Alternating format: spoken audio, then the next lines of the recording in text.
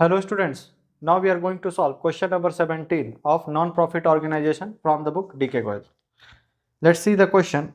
From the following receipt and payment account of a club, ये आपको income and receipt and payment account दिया है. You have to prepare the income and expenditure account and also the balance sheet. Now first of all, in the last of the question there is some adjustment is given. So first of all mark it with a pencil. First of all, the adjustment you will mark is that subscription to subscription, and next to sale of the furniture, and on the payment side there is the rent and stationery. Both are required adjustment. Clear? So ये 4 जो points दिए गए हैं इसमें आपको adjustment करनी है, इसलिए आप इसको पेंसिल से मार्क कर लीजिए.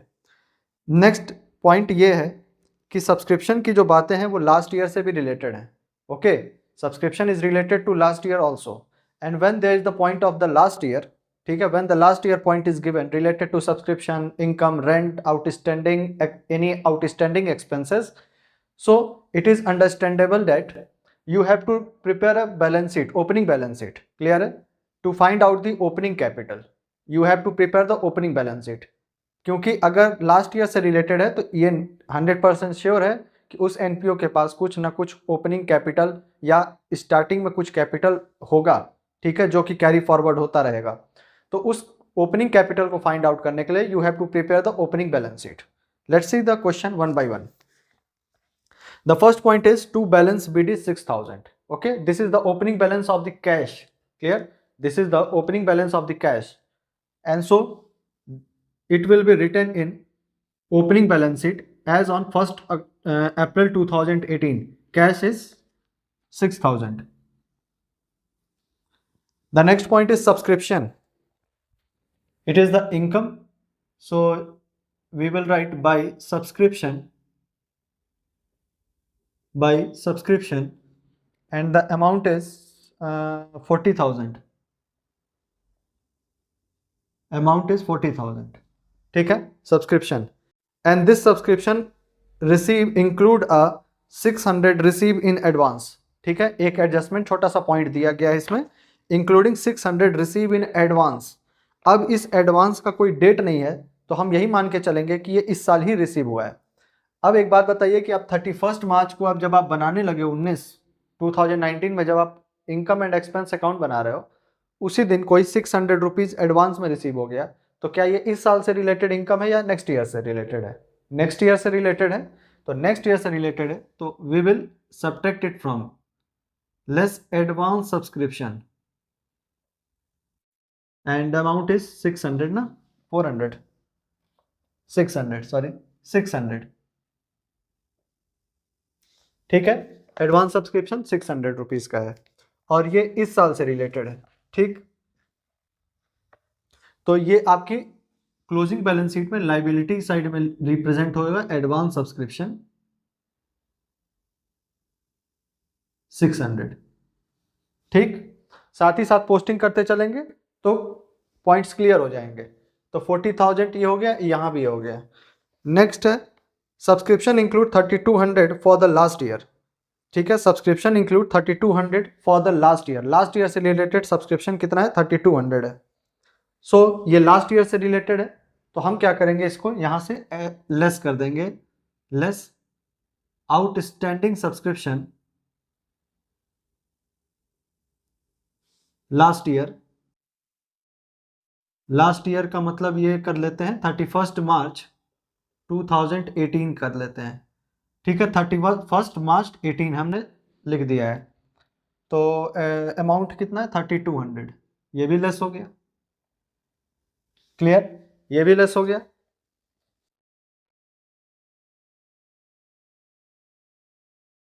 ठीक है, and this is the outstanding subscription. Last year से रिलेटेड आउटस्टैंडिंग सब्सक्रिप्शन कितना है? 3200 है. सो अगर ये 31 मार्च 2018 को आउटस्टैंडिंग सब्सक्रिप्शन है तो ओपनिंग बैलेंस शीट में तो ये एसेट हो जाएगा. आउटस्टैंडिंग सब्सक्रिप्शन भाई 31 मार्च 2018 को ये आउटस्टैंडिंग सब्सक्रिप्शन है ये कैरी फॉरवर्ड हो जाएगा 1 अप्रैल 2018 को, ठीक है। 1 अप्रैल 2018 से नया अकाउंटिंग ईयर स्टार्ट हुआ और वो कैरी फॉरवर्ड हो गया। तो 1 अप्रैल 2018 को हम बैलेंस शीट बनाएंगे, तो ये आउटस्टैंडिंग सब्सक्रिप्शन अभी हमको लेना है, तो इसलिए it will show on the asset side. So outstanding subscription will be 3200। Date डाल दो 31 मार्च 2018। ओके, चलिए नेक्स्ट देखते हैं। सब्सक्रिप्शन एंड द रेंट दिया, रेंट से रिलेटेड बाद में देखेंगे। Subscription outstanding of the current year are 4500। Okay, this is 4500 related to current year.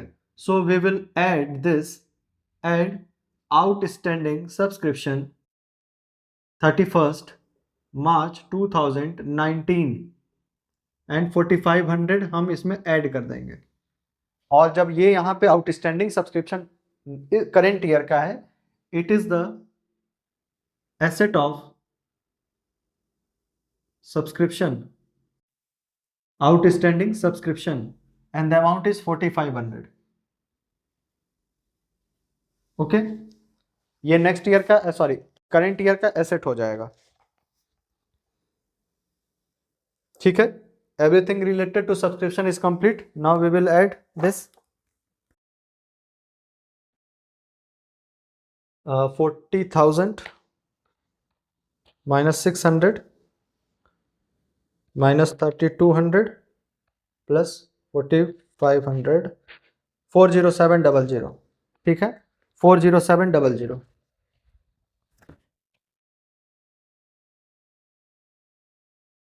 Clear है।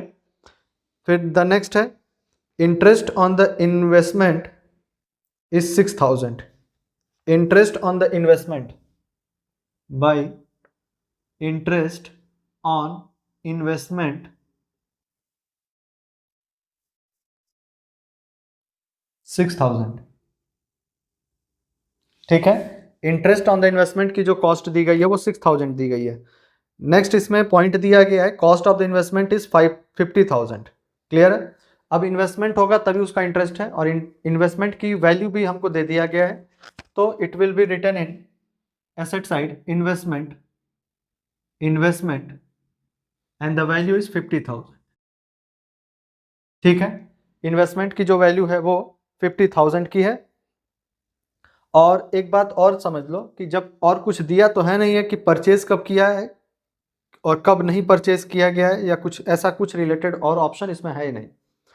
तो एक बात समझिएगा कि इन्वेस्टमेंट को जो आप 50,000 लिख रहे हो ना, हम ये मान के चलेंगे कि कोई भी जब इसमें पॉइंट्स नहीं दिया गया है तो हम ये मान के चलेंगे कि ये पिछले साल से कैरी फॉरवर्ड होता हुआ आया है, और इसलिए इसको हम लोग ओपनिंग बैलेंस शीट में भी शो करेंगे। इन्वेस्टमेंट 50,000, क्लियर है। इन्वेस्टमेंट हम 50,000 हम इस ओपनिंग बैलेंस शीट में भी शो करेंगे, क्योंकि हम ये मानते हुए चल रहे हैं कि ये लास्ट ईयर से कैरी फॉरवर्ड होता आया है, तो जो ओपनिंग में शो करेगा वही क्लोजिंग में भी शो करेगा। क्लियर है। द नेक्स्ट है sale of the furniture, book value 50,000 है और 2400 रुपीज़ का है। चलिए एक पॉइंट समझ लो, फर्नीचर की बात कह रहा है।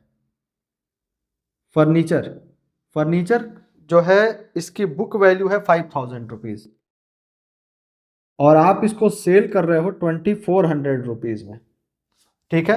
5,000 रुपीज़ का है, 2400 रुपीज़ में सेल कर रहे हो, तो आपको प्रॉफिट हो रहा है कि लॉस हो रहा है, ठीक है। प्रॉफिट हो रहा है कि लॉस हो रहा है? लॉस हो रहा है, लॉस हो रहा है ना। आप 5,000 का फर्नीचर 2400 में सेल कर दे रहे हो, तो आपको लॉस हो रहा है कितने का? 2600 रुपीज़ का। तो this is the expense of a company, so it will be written here to loss on sale of furniture and 2600 will be written here. Okay, any depreciation is given? ठीक है, अभी तो नहीं दिया है, चलो कोई बात नहीं। Then life membership fees, life membership fees अभी फर्नीचर खत्म नहीं हुआ है, अभी इसको भी करेंगे, एडजस्ट करेंगे, ठीक है। फिलहाल इसको पहले देख लेते हैं, या रुको देख ही ले, कर ही लेते हैं, चलो छोड़ो। फर्नीचर की बात यहाँ तो हो गई। अब फर्नीचर जो है नीचे दिया गया है On 4/1/4/2018 club had the land value 50,000। Club के पास एक लैंड है, उसकी वैल्यू है 50,000 एंड फर्नीचर की वैल्यू है 15,000। ठीक है, 1 अप्रैल 2018 को फर्नीचर की वैल्यू है इसके पास कितनी? फर्नीचर की वैल्यू है 15,000 और लैंड की वैल्यू कह रहा है, तो लैंड की वैल्यू भी चलो लिख लें, तो फिर उसको छूट जाएगा। और लैंड की वैल्यू कितनी है? लैंड की वैल्यू है 50,000। ठीक है, लैंड में कोई एडजस्टमेंट नहीं है, तो लैंड की वैल्यू हमने यहीं रख दी, पुट कर दी 50,000 रुपीज की। फर्नीचर की बात कह रहा है, ठीक है, फर्नीचर की बात कह रहा है, तो फर्नीचर की बात कह रहा है कि फर्नीचर जो है ओपनिंग है वो 15,000 का, 1 4 2018 को हाँ 18 को फर्नीचर की वैल्यू है 15,000। अब यहाँ पे फर्नीचर की वैल्यू है 15,000। अप्रैल से बीतते समय चलता गया और आज मार्च आ गया, 31 मार्च 2019 आ गया।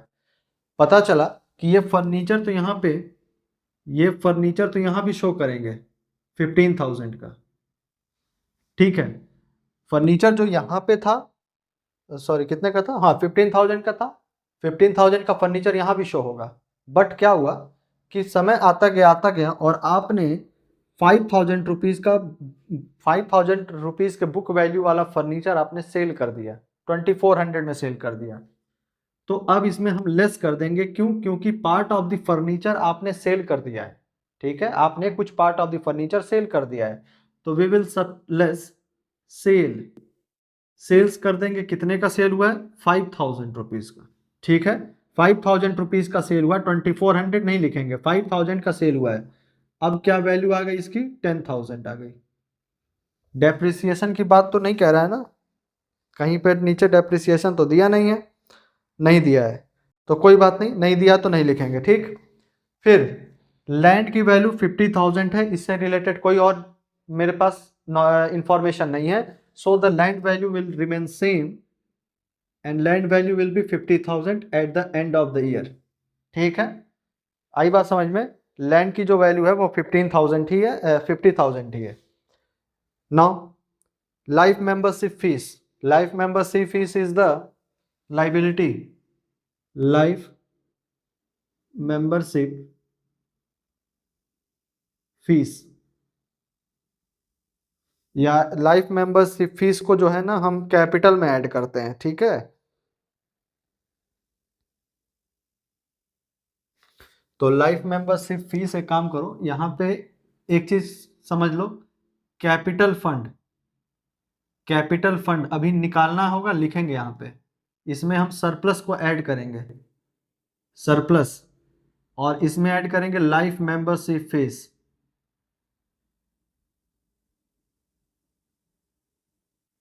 और तीनों को ऐड करके यहाँ लिख देंगे, तो लाइफ मेंबरशिप फीस की वैल्यू है 8100। Okay, 8100 life membership fees will be added in the capital fund. Clear है? अगर अलग भी कर दोगे तो कोई दिक्कत नहीं है, लेकिन कैपिटल फंड में ही ऐड करना उसको। द नेक्स्ट एंट्री है पेमेंट साइड में, receipt side is completed. Now come to the payment. The payment is salary to salary, salaries is 15,400 by rent, rent inner column में लिखेंगे 12,300, 12,300। Now come to the adjustment. Rent include 900 paid for the last year। 900 आपका outstanding था जो आपने इस साल का, last year का आउटस्टैंडिंग था जो आपने इस साल पे किया है। तो this is the this is related to the last year, so it will be less from the, subtracted from this, less outstanding rent,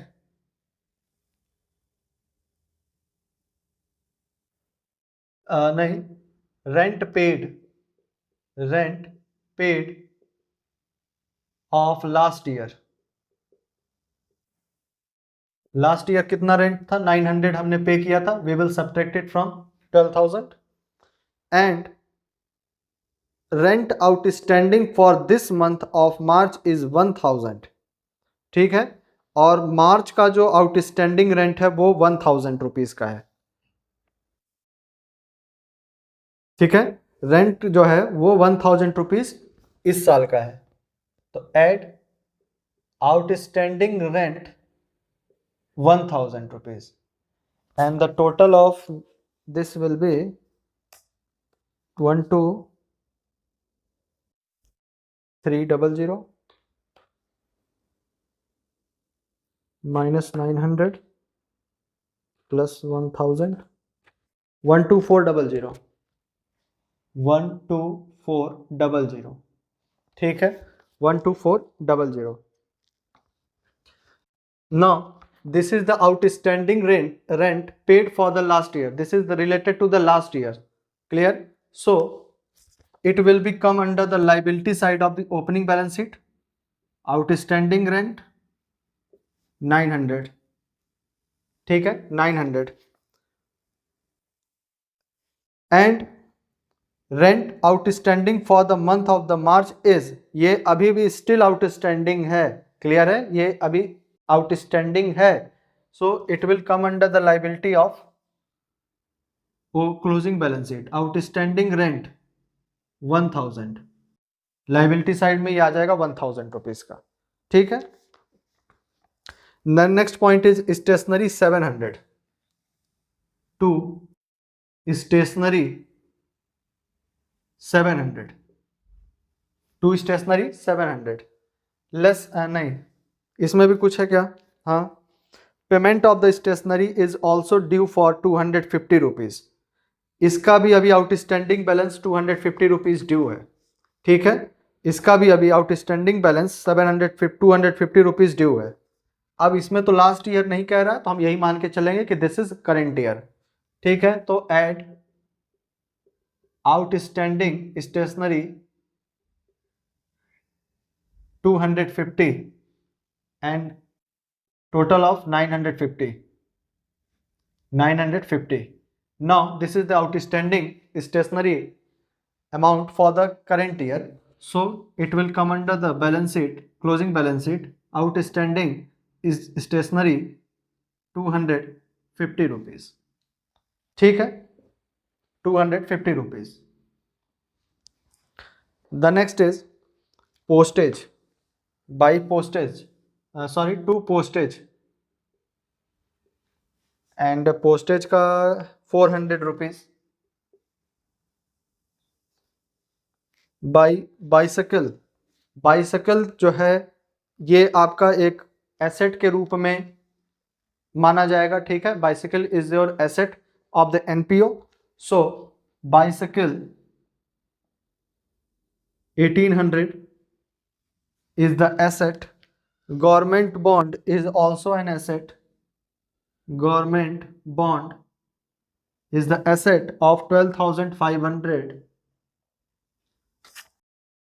the next balance CD, this is the closing cash balance, so cash is 19,600।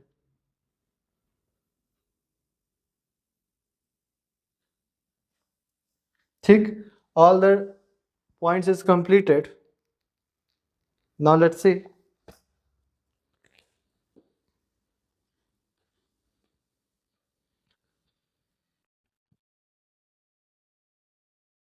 2600, 15,400, 1 2 sorry,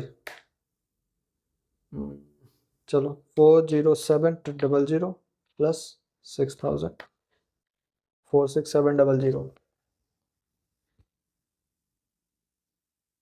46700 minus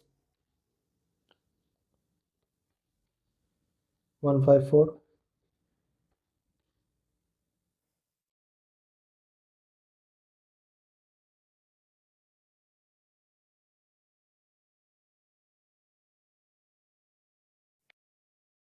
14950।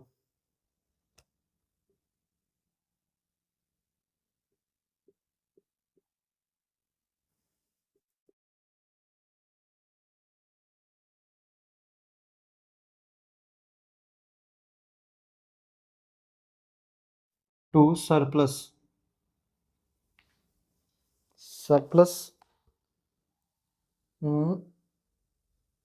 नहीं नहीं, कुछ गड़बड़ है, 15150 आ रहा है, कुछ छूट गया है क्या? सॉरी, बाई बैंक इंटरेस्ट इसमें एक मिसिंग है, ठीक है, by bank interest and the amount is 200 is missing, so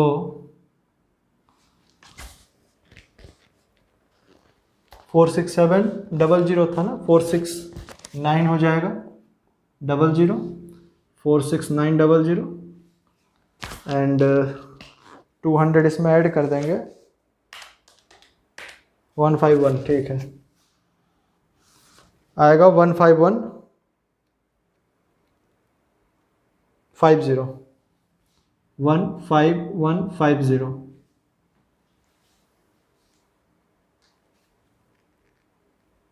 ठीक है, 15150। नाउ इसको ऐड करें तो मिल जाएगा हमें 6000, 3200, 50,000, 15,000, 50,000, 142, 124200, 124200, 124200 minus 900, 123300, 123300 कैपिटल फंड, ठीक है, this is the opening capital fund आ रहा है 123300, ठीक है। Now in this we will add 123300 and the surplus is 15150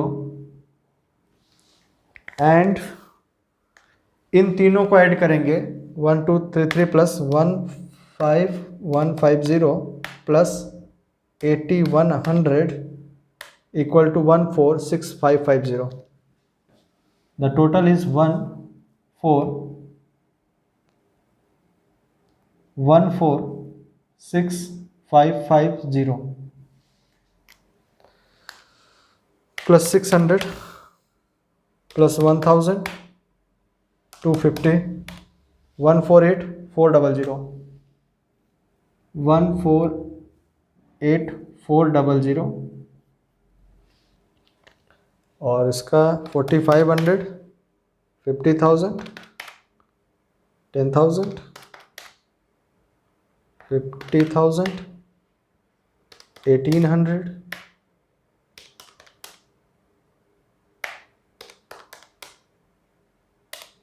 148400, ठीक है, 148400, क्लियर।